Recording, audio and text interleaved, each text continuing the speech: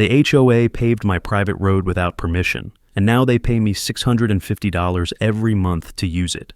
I'm Jake Anderson, 42 years old, cattle rancher in Hill Country, Texas. 295 acres, family land since 1981. When Sunset Ridge Development went up in 2019, my dirt road became their shortcut, cutting their drive from 22 minutes to 5.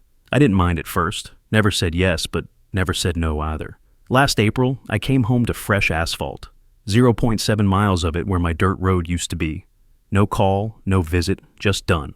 2 weeks later, their newsletter arrived with Barbara Wilson, the HOA president, bragging about the $18,500 improvement to our community access route, my road, my land, their newsletter. For 4 months, I watched 60 cars a day cut through while I hauled feed the long way, adding 35 minutes to every town trip because I refused to use what was mine until this was sorted. I pulled my deed from 1981 and my survey. Both showed that roads sat entirely on my property, not an easement, just mine. If they wanted it that badly, they could rent it. I installed a 12-foot steel gate with a chain lock and a no trespassing sign, locked it at 6 a.m. on a Monday, and by 6:15 my phone exploded. Barbara called it hostile, and I called it property rights. She threatened legal action, and I told her to read the deed. She said I was unreasonable, and I said I'd be reasonable for the right price. Her attorney called mine, so I sent the deed, survey, and newsletter screenshots, written proof that they knew it was my land and paved it anyway.